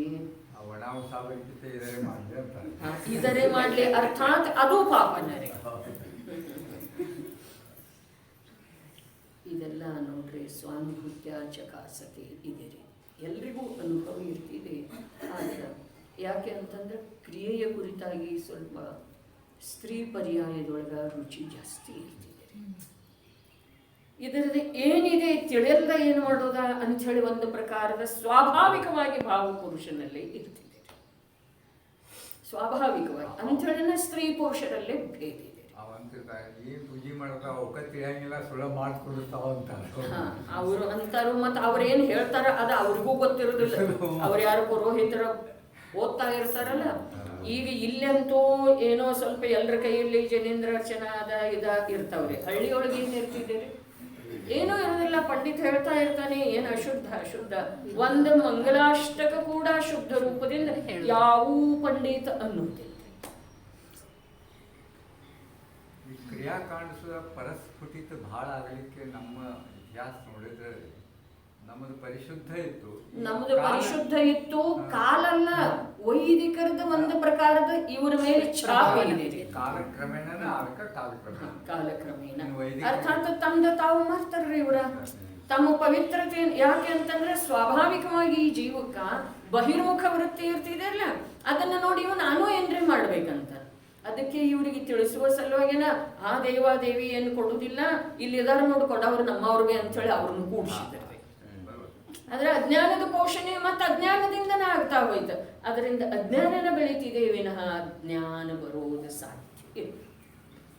ಅಜ್ಞಾನ ರೂಪಿ ಬೀಜವನ್ನ ಇನ್ನಷ್ಟು ಫಲವತ್ತಾಗಿ ಬೆಳೆಸಿದರೆ ಅದರಿಂದ ಏನಾಗೋದ್ರಿ, ಫಸಲ್ ಎಂಥದ್ದು ಬರೋದು, ಅಜ್ಞಾನದನ್ನ ಬರೋದ್ರಲ್ಲ, ಜ್ಞಾನದ್ದು ಬರ್ತಿದೆ. ಅವರ್ಯಾರು ಏನೂ ಕೊಡೋದು ಸಾಧ್ಯ ಇಲ್ಲ, ಆ ಭ್ರಾಂತಿ ತೆಗೆದು ಹಾಕಿರ. ಕೊಡೋದು ಇರ್ತಿತ್ತು ಅಂತಂದ್ರೆ ಈ ನಮ್ಮ ದೇವ 3 ಲೋಕದೊಳಗೆ ಪೂಜ್ಯ ಆಗಿರ್ತಿತ್ತು. ನೀವು ಇನ್ನೊಬ್ಬರಿಗೆ ಕೊಟ್ಟ ನೋಡ್ರಿ, ಇನ್ನೊಬ್ಬರಿಂದ ತಗೊಂಡು ನೋಡ್ರಿ, ಅದು ಹೇಳ್ಬೇಕಾಗಿತ್ತು ಧರ್ಮದ ಧುರಂಧರ್ರಿ. ಹೌದು ಅಥವಾ ಇಲ್ಲ? ಇನ್ನೊಬ್ಬರಿಗೆ ಕೊಟ್ಟು ನೋಡ್ರಿ ನಿಮಗೆ ಸುಖ ಇದೆಯೇನಾ, ಇನ್ನೊಬ್ಬರಿಂದ ತಗೊಂಡು ನೋಡ್ರಿ ನಿಮಗೆ ಸುಖ ಇದೆಯೇನಾ. ಹಾಗಾದ್ರೆ ಕೊಡಕೊಳ್ಳುವುದ ಇದು ವಸ್ತು ವ್ಯವಸ್ಥೆಗಳೊಳಗೇನೆ ಇಲ್ಲ ಅನ್ನೋದು ತಿಳಿಸಿ ಕೊಟ್ಟಿದ್ರೆ ಒಂದ್ ವೇಳೆ ಶುದ್ಧ ಪರಂಪರೆ ಉಳಿಬಹುದಾಗಿತ್ತು. ಆದ್ರೆ ಉಳಿಯೋದನ್ನ ಇಲ್ಲ. ಯಾಕೆ ಅಂತಂದ್ರೆ ಇದು ಅವಸರ. ವೈದಿಕರಲ್ಲಿ ಶುದ್ಧ ಆಗಲಿ ಬುದ್ಧಿವಂತರು ಇದ್ದವ್ರ ಈ ತರದ ಅವರಲ್ಲೇನ ಅವ್ರು ವಿರೋಧ ಮಾಡಿದಾರೆ, ಅವ್ರಿಗೆ ಬಹಳ ವಿರೋಧ ಆಗ್ಯಾವು, ಅವ್ರ ಕೊಲೆ ಸುಧಾ ಆಯ್ತು. ಇದು ನೋಡ್ರಿ, ಸ್ವಾಭಾವಿಕವಾಗಿ ಬುದ್ಧಿಯ ಒಂದು ಒರೆಗಲ್ಲಿನ ಮೇಲೆ ಉಜ್ಜಿ ನೋಡಿದ ನಂತರ ಇದು ಅಸತ್ಯ ಸಿದ್ಧ ಆಗ್ತಿದೆ. ಈಗ ನಾನೇ ಯಾರಿಗಾದರೂ ಕೊಡೋದಾದ್ರೆ ನನಗೆ ಎಷ್ಟು ಸಮಯ ಸಂತೋಷ ಇರಬಹುದು, ಕೊಡುವ ಕೊಡುವ ಕೊಡುವ ಇರೋ ಸಾಧ್ಯ ಇಲ್ಲ. ಯಾರಿಂದಾದರೂ ತೆಗೆದುಕೊಳ್ಳುವುದಿತ್ತು ಅಂತಂದ್ರೆ ಅದರಲ್ಲೇ ಸಂತೋಷ ಇದೆ ಅಂದ್ರೆ ಇಲ್ಲ. ಆಕುಲತೆ ಇದೆ, ದೀನತೆ ಇದೆ. ಕೊಡುವುದರೊಳಗನೂ ಸುಖ ಇಲ್ಲ, ನಿರಾಕುಲತೆ ಇಲ್ಲ. ತೆಗೆದುಕೊಳ್ಳುವುದರೊಳಗನೂ ಸುಖ ಇಲ್ಲ, ನಿರಾಕುಲತೆ ಇಲ್ಲ. ನಮ್ಮ ಭಗವಂತ ಯಾಕೆ ಯಾರಿಗೂ ಏನೂ ಕೊಡುವುದಿಲ್ಲ? ಯಾಕೆ ಕೊಡುವುದಿಲ್ಲ? ಕೊಟ್ಟ ನಂತರ ಆ ತೆಗೆದುಕೊಳ್ಳುವಂತಹ ಜೀವಕ್ಕ ಇನ್ನಷ್ಟು ಲೋಭ ಬೆಳೀತಿದೆ ವಿನಃ ಪ್ರಮಾದ ಬೆಳೀತಿದೆ ವಿನಃ ಜ್ಞಾನ ಸ್ವಭಾವದ ಅವನಿಗೆ ಆ ಕಡೆ ಪುರುಷಾರ್ಥ, ಅದರ ಪ್ರಾಪ್ತಿಯ ಉದ್ಯಮ ಅವನು ಮಾಡೋ ಸಾಧ್ಯ ಇಲ್ಲ ಅನ್ನೋದೊಂದು ಕೂಡ ಇಲ್ಲಿ ತತ್ವವನ್ನು ಪ್ರತಿಪಾದನೆ ಮಾಡಿ. ಮತ್ತು ತನ್ನಲ್ಲಿ ಇರುವುದನ್ನು ಯಾವ ಮೂರ್ಖ ನಿರಂತರ ಕೊಟ್ಟು ಖಾಲಿಯಾದ ಅಂತಂದ್ರೆ ಅವನು ಕೂಡ ಆ ತೆಗೆದುಕೊಳ್ಳುವವರ ಆ ಲೈನ್ ಒಳಗನ್ನ ಹಿಂದ್ಗಡೆ ಬಂದು ನಿಲ್ಲಬೇಕಾಗುವುದಲ್ಲ. ಅಲ್ಲಿ ಕೊಡೋರು ಯಾರು ಇರುವುದಿಲ್ಲ. ಆಮೇಲೆ ಎಲ್ಲ ಖಾಲಿ ಅದಕ್ಕೊಂದು ಲಿಮಿಟ್ ಇದೆ. ಮುಗಿದ ನಂತರ ಏನ್ ಮಾಡೋದ್ರಿ, ಅದೇ ಲೈನ್ ಒಳಗೆ ಅದೇ ಕಿವಿ ಒಳಗೆ ಹಿಂದೆ ಬಂದು ನಿಲ್ಲೋದ್ರಿ ಅಮ್ಮ. ಆದ್ರೆ ಅಲ್ಲಿ ಕೊಡೋರು ಯಾರಿಲ್ಲ. ಸಾಮಾನ್ಯ ಅಲ್ಪ ಸ್ವಲ್ಪ ಸ್ಥೂಲ ವಿಚಾರ ಮಾಡಿದ ನಂತರ ಕೂಡ ಯಾರಿಗಾದರೂ ಏನಾದರೂ ಯಾರಾದರೂ ಕೊಡುವ ಸಾಧ್ಯತೆ ಇತ್ತು ಅಂತಂದ್ರೆ ಈ ಲೋಕದೊಳಗ ಇನ್ನಷ್ಟು ಕೋಲಾಹಲ ಕೋಲಾಹಲ ಕೋಲಾಹಲ ಆಗಿರೋದೇ ವಿನಃ ಶಾಂತಿ ಸುಖ ಸ್ವಲ್ಪ ಕೂಡ ಇರೋದ ಸಾಧ್ಯನೇ ಇರ್ತಿರ್ಲಿಲ್ಲ. ಏನು ಕೊಡೋದು ಸಾಧ್ಯ ಇದೆ? ಯಾರಿಗೆ ಕೊಡೋದು ಸಾಧ್ಯ ಇದೆ? ಯಾರು ಕೊಡೋದು ಸಾಧ್ಯ ಇದೆ? ಪರರಿಯುವುದೇಂ, ಪರರಿಂದ ಅಪ್ಪೋದೇಂ, ಪರರ ಮಾಡ್ಕೋದೇಂ. ಏನು ಮಾಡೋದು ಸಾಧ್ಯ ಇದೆ? ಈ ದೇಹ ನನ್ನ ಸಲುವಾಗಿ ಏನು ಮಾಡೋದು ಸಾಧ್ಯ ಇದೆ? ನಾನು ಈ ದೇಹ ಸಲುವಾಗಿ ಏನು ಮಾಡೋದು ಸಾಧ್ಯ ಇದೆ? ಎಲ್ಲ ಯಥಾವತ್ತಾಗಿ ಮಾಡ್ತಾ ಇರುವ ವೇಳೆದೊಳಗೆ, ಅಖಂಡ ಏಕ ಪ್ರಕಾರ ನಡೆದಿರುವ ವೇಳೆದೊಳಗೆ ಜೀವನ ಮುಗಿದ್ಯಾಕೆ ಹೋಗ್ತಿದ್ದೀರಿ? ಮನುಷ್ಯ ಸತ್ಯಕ್ಕೆ ಹೋಗ್ತಾನ್ರಿ. ಆಹಾರ ಸೇವಿಸ್ತಾನೆ ಇರ್ತಾನೆ, ಔಷಧನೂ ಸೇವಿಸ್ತಾ ಇರ್ತಾನೆ ಅನ್ನೋದು ರೀ. ಹೌದು ಅಥವಾ ಇಲ್ಲ? ಎಲ್ಲ ಪ್ರಕಾರ ಏನು ಮಾಡಬೇಕು ಅದೆಲ್ಲ ಮಾಡ್ತಾ ಇರ್ತಾನೆ. ಆದ್ರೂ ಯಾಕೆ ಸತ್ತು ಹೋಗ್ತಾನೆ? ಅವನು ಸರಿಯಾಗಿ ಆಹಾರ ಸೇವನೆ ಮಾಡಲಿಲ್ಲ, ಅಜ್ಞಾನ ಇದೀರಿ. ಔಷಧದ ಸೇವನೆ ಮಾಡಲಿಲ್ಲ, ಅಜ್ಞಾನ ಇದೀರಿ. ಗುಳಿಗೆ ಮರ್ತ ಏನಿದೆ ಹೇಳ್ರಿ? ಸ್ವಲ್ಪ ವಿಚಾರ ಮಾಡಿ ನೋಡ್ಬೇಕು. ಎಲ್ಲ ಯಥಾರ್ಥ ತೆಗೆದುಕೊಳ್ಳುವಂತಹ ಜೀವ ಕೂಡ ಸತ್ತು ಹೋಗ್ತಾನೇನಿಲ್ಲ ಅಂದ್ರೆ ಇದರ ಅರ್ಥ ಏನಿದೆ? ಎಲ್ಲಿಯವರೆಗೆ ಇವನ ಬದುಕುವಿಕೆ ಇದೆ ಅಲ್ಲಿಯವರೆಗೆ ಅವನ ನಿಮಿತ್ತ ಅಂತ ಹೇಳಿ ಹೇಳೋದಿದ್ದೀರಿ. ಅವೇನು ಸಾಲ ಸಾಲ ರಾಶಿ ರಾಶಿ ಇದಾವಲ್ಲ, ಅವಕ್ಕೆ ನೀವು ಏನ್ ಬೇಕಾದ ಹೇಳ್ರಿ. ಒಬ್ಬೊಬ್ಬರು ಬೇರೆ ಬೇರೆ ಅದವ್ರಿ. ಆದರೆ ಅವುಗಳನ್ನು ಯಥಾವತ್ತಾಗಿ ಪಾಲಿಸ್ತಾ ಇದ್ರೂ, ಸ್ವೀಕಾರ ಮಾಡ್ತಾ ಇದ್ರೂ, ಸೇವಿಸ್ತಾ ಇದ್ರೂ ಒಂದು ದಿವಸ ಪ್ರತಿಯೊಬ್ಬ ಸತ್ತು ಹೋಗ್ತಾನೆ. ಇದರ ಕಾರಣ ಏನ? ಅವನು ಸ್ವಯಂ ತನ್ನಿಂದ ತಾನೇ ಎಲ್ಲಿಯವರೆಗೆ ಜೀವಂತ ಇದ್ದಾನೋ ಅಲ್ಲಿಯವರೆಗೆ ಅವನಿಗೆ ನಿಮಿತ್ತ ಅನ್ನಬಹುದು, ಸಹಕಾರಿ ಅಂತ ಹೇಳಿ ಕೂಡ ಹೇಳ್ತೇವೆ, ಏನೂ ಅಭ್ಯಂತರ ಇಲ್ಲ. ಆದ್ರೆ ಅವನು ಸ್ವಯಂ ತನ್ನಿಂದ ತಾನೇ ಜೀವಿಸ್ತಾ ಇದ್ದಾನೆ. ಈ ಮಾತಿನ ಸ್ವೀಕಾರ. ಜೀವಿಸುವ ಸಲುವಾಗಿ ಅವನಲ್ಲೇನ ಸಾಮರ್ಥ್ಯ ಇಲ್ಲದೆ ಹೋದ್ರ, ಜೀವಿಸುವಂಥ ಶಕ್ತಿ ಅವನಲ್ಲೇನ ಇಲ್ಲದೆ ಹೋದ್ರ, ಕರ್ಮದಿಂದ ಆಯುವಿನಿಂದ ಜೀವಿಸ್ತಾನೆ ಅನ್ನೋದು ಕೂಡ ವ್ಯವಹಾರ. ಅವನಲ್ಲೇನ ಇಲ್ಲದೆ ಹೋದ್ರ ಅವ ಯಾವುದರಿಂದನೂ ಆಯುವಿನಿಂದನೂ ಜೀವಿಸೋದು ಸಾಧ್ಯ ಇಲ್ಲ. ದಶಪ್ರಾಣದಿಂದ ಕೂಡ ಜೀವಿಸೋದು ಸಾಧ್ಯ. ಚೈತನ್ಯ ಪ್ರಾಣದಿಂದ ದಶಪ್ರಾಣದಿಂದ ಜೀವಿಸಬೇಕಾದ್ರ ದಶಪ್ರಾಣದಿಂದ ಪುದ್ಗಲವನ್ನು ಜೀವಂತ ಮಾಡಬಹುದೇನ್ರಿ? ಜೀವಿಸುವಂಥವ ಯಾರ? ಉಸಿರಾಡುವಂಥವ ಯಾರ? ಉಸಿರಿನಿಂದೋ ಅಥವಾ ಜೀವದಿಂದ ಜೀವಿಸ್ತಾನೆ. ಜೀವತ್ವ ಶಕ್ತಿ ಚೈತನ್ಯ ಏನಂತಾರೆ ಅದಕ್ಕೆ? ಪ್ರಾಣ. ಚೈತನ್ಯ ಪ್ರಾಣದಿಂದ ಜೀವ. ಇಷ್ಟು ಈ ಒಂದು ಮಾತನ್ನ ಪುನಃ ಪುನಃ ಪುನಃ ಪುನಃ ಪುನಃ ಪುನಃ ಪ್ರಕಟ ಬುದ್ಧಿಯ ಮೇಲೆ ಸಂಸ್ಕಾರ ಮಾಡಿದರ ಎಷ್ಟು ಸಾಮರ್ಥ್ಯ ಬರ್ತಿದೆ ನೋಡ್ರಿ. ದೀನಾಗಿ ಕೂತಿದ್ದೇವರೇ ಯಾವ್ಯಾವುದರದೋ ಎದುರಿಗೆ, ಯಾವ ಆಯು ಕರ್ಮ ನನ್ನನ್ನು ಜೀವಿಸಲಿಕ್ಕೆ ಹಚ್ಚುವಂತಹದ್ದು ಆಯು ಕರ್ಮ ಯಾವುದಿದೆ ಹೇಳ್ರಿ? ಇದೇನ? ಜೀವನನ್ನ ಜೀವಂತವಾಗಿಡುವಂತಹ ಆಯು ಕರ್ಮ ಲೋಕದೊಳಗೆ ಯಾವುದಿದೆ? ಅವನು ಸ್ವಯಂ ಯಾವ ಕ್ಷೇತ್ರದೊಳಗೆ ಯಾವ ದೇಹದ ಜೊತೆಗೆ ಯಾವ ರೂಪದ ಭಾವದಿಂದ ಇರಾಮದನೋ ಆ ವೇಳೆದೊಳಗ ಆ ಆಯು ಕರ್ಮವನ್ನ, ಆ ಗತಿಯನ್ನ, ಆ ನಾಮಕರ್ಮವನ್ನ ಇವೆಲ್ಲ ನಿಮಿತ್ತ ರೂಪದಿಂದ ಹೇಳಿದಾರನ್ರಿ ಅಥವಾ ಆ ರೂಪದಿಂದ ನೋಡಿದ್ದಾರೆ. ಈ ದೊರೆಯು ಯುದ್ಧ ಮಾಡಿದನೆಂದು ವ್ಯವಹಾರದಿಂದ ಹೇಳಲಾಗುವುದು. ದೊರೆ ಇರುವನದರಲ್ಲಿ ಒಬ್ಬನೇ ಮಾತ್ರ. ಸೈನ್ಯ ಇದೆ, ಆನೆ ಇದಾವೆ, ಕುದುರೆ ಇದಾವೆ, ಪಾಯ್ದಳಿದಾವೆ, ಶಸ್ತ್ರಾಸ್ತ್ರ ಇದಾವೆ. ಯುದ್ಧ ಯಾರು ಮಾಡ್ತಾರೆ? ಈ ದೊರೆ. ಅಲ್ಲೇ ಮತ್ತೊಂದು ದೃಷ್ಟಾಂತ, ಈ ದೊರೆ ನಿರ್ಗಮಿಸಿದನೆಂದು, ಈ ದೊರೆ ಹೊರಟು ಹೋದಂತೇಳಿ. ದೊರೆ ಇರುವನದರಲ್ಲಿ ಒಬ್ಬನೇ ಮಾತ್ರ. ಅದೇ ಪ್ರಕಾರ ಇದು ಈ ಜೀವದ ಕರ್ಮ, ಇದು ಈ ಜೀವದ ಆಸ್ತಿ, ಇದು ಈ ಜೀವದ ಪತ್ನಿ ಪುತ್ರ, ಇದು ಈ ಜೀವದ ಸಂಬಂಧಿ, ಇವೆಲ್ಲ ಏನಿದೆ ಅದರಲ್ಲಿ ಜೀವ ಒಬ್ಬನೇ ಅದ. ಅವೆಲ್ಲವುಗಳಿಂದ ನಾನು ಒಬ್ಬನೇ. ಇದೆಲ್ಲ ಸೈನ್ಯದೊಳಗೆ ನಾನು ಒಬ್ಬನೇ ಇದ್ದೀನಿ. ಅದರ ಸಲುವಾಗಿ ನೋಡ್ರಿ, 12 ಅನುಪ್ರೇಕ್ಷೆಯೊಳಗೆ ಬೋಧಿ ದುರ್ಲಭ ಧರ್ಮ ಭಾವನೆಗಿಂತಲೂ ನನಗೆ ಉತ್ಕೃಷ್ಟ ಅನಿಸ್ತಿದೆ ಏಕತ್ವ. ಮತ್ತು ಆ ಏಕತ್ವ ಅನ್ಯತ್ವದಿಂದ ಕೂಡಿದ್ದು ಇದೆ. ಎರಡೂ ಏನದವು? ವಿರೋಧಿ ಇದಾವೆ. ವಿರೋಧಿ ಇರುವೆಳದೊಳಗೂ ಕೂಡ ಸತ್ಯವನ್ನ ಪ್ರಕಟಪಡಿಸುವಂಥವಿದ್ದಾವೆ. ಜೈನ ದರ್ಶನದೊಳಗೆ ವಿರೋಧಿ ಅಂತದ್ದಿದೆ. ವಿರೋಧ ವಸ್ತುವನ್ನ ಪ್ರಕಟಪಡಿಸುವ ಸಲುವಾಗಿ ಆಧಾರ ಇದೆ, ಪರಮ ಆಧಾರ. ಅದರ ಸಲುವಾಗಿ 47 ನಯಗಳದ್ದ ಮತ್ತೊಂದು ಸಲ ಮಗದೊಂದು ಸಲ ಓದೋದು ಅವಶ್ಯಕ ಇದೆ. ಚರ್ಚೆ ಮಹಾಭಾಗ್ಯದೆಂದರೆ ಅಂಥ ಶಬ್ದಗಳ ನಮ್ಮ ಎದುರಿಗೆ ಪ್ರಕಟ ಆಗಿದ್ದಾವೆ. ಅವುಗಳನ್ನು ಯಾವಾಗ ಬೇಕಾದರೂ ಓದಿ ನಾವು ವಸ್ತು ಸ್ವರೂಪದ ಆನಂದದ ಹತ್ತಿರ ಹೋಗಬಹುದಾಗಿದೆ. ನಿರಾಕುಲ ಶಾಂತಿಯ ಸಾಗರದ ಕಡೆಗೆ ಹೋಗಬಹುದಾಗಿದೆ. ಜಿನವಾಣಿಯೊಂದು ಏನಿದೆ? ಅಗಾಧ ಅಗಾಧ ಅಗಾಧ ಅಗಾಧ ಆನಂದದ ಸಾಗರವನ್ನು ತೋರಿಸಿಕೊಡುವಂಥ ಒಂದು ಮಾಧ್ಯಮ ಇದೆ. ಅದರ ನೋಡುವಂಥ ಬೇಕು. ಬರೀ ಓದೋದು ಆದ್ರೆ ಆಗುತ್ತೆ. ಏನು ಹೇಳ್ತಾರೆ ಇಲ್ಲಿ? ನಡೆಯುತ್ತೆ. ಬಲವಂತತೆಯಿಂದ ಏನು ಮಾಡಿದ? ತಿಳಿದ.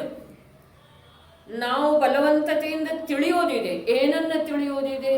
ಯಾವೂ ಪರಪದಾರ್ಥ ನನ್ನ ಸಲುವಾಗಿ ಇಲ್ಲ, ನಾನು ಯಾವೂ ಪರಪದಾರ್ಥದ ಸಲುವಾಗಿ ಇಲ್ಲ, ಪರವು ನನ್ನದಿಲ್ಲ ಏನ್ರಿ, ನಾನು ಅನ್ಯದವನಿಲ್ಲ, ಈ ಜಗದಿ ನನ್ನದೇನೂ ಇಲ್ಲ. ಬರೀ ಆ 3 ಪದದೊಳಗೆ ಎಷ್ಟು ಆನಂದ ಇದೆ. ಪರವು ನನ್ನದಿಲ್ಲ, ಈ ದೇಹ ನಂದಿಲ್ಲ, ನಾನು ಅನ್ಯದವನಲ್ಲ, ಪತ್ನಿ ಪುತ್ರರ ಸೇವಕಲ್ಲ ನಾನು. ಇದ್ದೀರೇನ್ರಿ? ನೀವು ಮಾತಿದೆ, ಮನೆಯೊಳಗೆ ಹೋಗಿ ಅನ್ನೋದು ಅಥವಾ ಪೇಟೆಯೊಳಗೆ ಹೋಗಿ ಅನ್ನೋ ಮಾತಲ್ಲ. ಪರವು ಅರ್ಥಾತ್ ಶರೀರ ನನ್ನದಲ್ಲ, ನಾನು ಅನ್ಯದವನಲ್ಲ. ಅವರು ಹೇಳಿದ ಹಾಗೆ ನಾನು ಕೇಳೋದು ಅನಿವಾರ್ಯ ಇದೆ. ಅನ್ಯ ಅರ್ಥಾತ್ ಪತ್ನಿ ಪುತ್ರರನ್ನು ಬಿಡ್ರಿ, ಭಗವಂತರಾಮದೇನೇನ್ರಿ ನಾನು? ಭಗವಂತ ಹೇಳಿದ ಹಾಗೆ ಕೇಳೋದಿದೆ ಅನ್ಸುತ್ತ ತಾಯಿ ನನಗೆ. ನಾನು ಅನ್ಯದವನಿಲ್ಲ, ಈ ಜಗದಿ ನನ್ನದೇನೇನೂ ಇಲ್ಲ.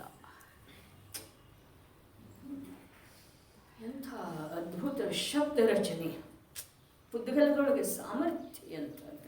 ಆ ಸಾಮರ್ಥ್ಯವನ್ನು ನೋಡಿ ನೀವು ಬೇಕಾದ್ರೆ ಅದರದ ಅಭಿನಂದನೆ ಮಾಡ್ರಿ. ಆ ಪುದ್ಗಲದ ಸಾಮರ್ಥ್ಯವನ್ನು ನೋಡಿ, ಎಂಥ ಸಾಮರ್ಥ್ಯ. ಶಬ್ದ ರಚನೆ ಆಗಿದೆ. ಶಬ್ದ ಅಂದ್ರೆ ಏನು, ವಾಕ್ಯ ಅಂದ್ರೆ ಏನು? ಸ್ವಯಂಭೂ ಸ್ತೋತ್ರದೊಳಗೆ ಬಂದಿದೆ, ಆಪ್ತಮೀಮಾಂಸಾದೊಳಗೆ ಬಂದಿದೆ. ಸಮಂತಭದ್ರಾಚಾರ್ಯರ ಜ್ಞಾನದ ಎದುರಿಗೆ ಇಡೀ ಈ ಕಾಲದ ಸಂಪೂರ್ಣ ಲೋಕವನ್ನ ನಿವಾಳಿಸಿ ಹಾಕಿದರನ್ನು ಕೂಡ ಅವರ ಜ್ಞಾನದ, ಅವರ ಪ್ರತಿಪಾದ್ಯ ಬೆಲೆ ಮಾಡೋ ಸಾಧ್ಯ. ಆಶ್ಚರ್ಯ ಅವ್ರಿಗೆ ನೆನಪು ಬರ್ತದೆ, ಹೆಂಗೆ ಅವರು ಪ್ರತಿಪಾದನೆ ಮಾಡಿರ್ಬೇಕಾದ್ರೆ. ಹೆಂಗ ಪ್ರತಿಪಾದನೆ? ಆಪ್ತ ಮೀಮಾಂಸಾ ಎಂಥ ಒಂದು ಲೋಕೋತ್ಕೃಷ್ಟ ಅದ್ವಿತೀಯ ಕೃತಿರತ್ನ ಇದೆ. ಎಂಥದ್ದೇ ಈಗ ವಿಚಾರದ ವೈಚಾರಿಕದ ಆತಂಕವಾದಿ ಐತಿ, ಆತಂಕ ಐತಿ ಅಂದ್ರೆ ಒಂದು ಬದಲಾಡ್ದ ಹೊಡೆದ. ಹೌದು ಹೌದು. ಅವ್ರ ವೇಳೆಕ ದಾರ್ಶನಿಕರದ ಬುದ್ಧಿಯು ಪ್ರಚಂಡ ಪರಾಕೃತಿ ಬುದ್ಧಿವಂತರು ಸುಧಾ ಮಿಥ್ಯಾದೃಷ್ಟಿ ಇದ್ದವ್ರದ ಅವ್ರ ಎದುರಿಗೆ ಹೌದು. ಅವ್ರ ಅಂಬಲ್ ಅವ್ರ ಕಾಲ ಹಿಡಿದ ತಮ್ಮ ಪ್ರತಿಪಾದನೆ ನೋಡ್ರಿ, ಆ ಕಾಲದೊಳಗ ಭಲೇ ಮಿಥ್ಯಾದೃಷ್ಟಿ ಇರಲಿ ಅಥವಾ ವಸ್ತು ದರ್ಶನವನ್ನ ನಂಬದೇ ಇರುವಂಥವ್ರು ಇರಲಿ, ಆದ್ರ ಪ್ರಕಾಂಡ ವಿದ್ವಾಂಸರಿದ್ದಾರೆ. ವಿದ್ವಾಂಸರ ಎದುರಿಗೆನ ವಿದ್ವಾಂಸದತೆ ಇದ್ದ. ಇಲ್ಲಿ ಸೋಲು ಗೆಲುವು ಅಂದ್ರೆ ಅಥವಾ ಖಂಡನ ಮಂಡನ ಅಂದ್ರೆ ಅಥವಾ ಸತ್ಯಾಸತ್ಯದ ನಿರ್ಣಯ ಅಂದ್ರೆ ಆಗೋ ಸಾಧ್ಯ ಇದೆ. ಹೇಳಿಗಳ ಎದುರಿಗೆ ವಿದ್ವಾಂಸ ಏನು ಮಾಡೋದಿದೆ? ಏನು ಮಾಡೋದಿದೆ? ವಿದ್ವಾಂಸರ ಎದುರಿಗೆ ತತ್ವದ ಪ್ರತಿಪಾದನೆ ಮಾಡುತ್ತಿರ್ತಿದ್ರು. ಅವರೆಲ್ಲ ಅಂಥ ಪ್ರಕಾಂಡ. ಅವರ ಎದುರಿಗೆ ಇವರು ಸಿದ್ಧ ಮಾಡಿದರು. ಏನು ಸಿದ್ಧ ಮಾಡಿದರು? ಇವು ದೇವಿರ್ಲಿಕ್ಕೆ ಸಾಧ್ಯ ಇಲ್ಲ, ಲೋಕದೊಳಗೆ ಆಗಸದೊಳಗೆ ಗಮನ ಆಗ್ತಿದೆ ಅಂತ ಹೇಳಿ ಅವನನ್ನು ದೇವನ್ಲಿಕ್ಕೆ ವೀತನಾಗ ಭಗವಂತನ್ನು ಕೂಡ, ಸರ್ವಜ್ಞ ಪ್ರಭುವನ್ನು ಕೂಡ ಸರ್ವಜ್ಞತೆಯ ಮೂಲಕ ಅವರ ದೇವಂತ ಹೇಳಿ ಸ್ವೀಕಾರ ಮಾಡಿದ್ದಾರೆ. ಒಂದು ಸರ್ವಜ್ಞತೆ ಅಲ್ಲಿ ಸಿದ್ಧನ ಮಾಡಿದ್ದಾರೆ. ಸೂಕ್ಷ್ಮ ಮತ್ತು ಅಂತರಿತ ಪದಾರ್ಥವನ್ನು ತಿಳಿಯುವುದರಿಂದ ನಿಜವಾಗಿ ನೀನು ದೇವಿದ್ಯ.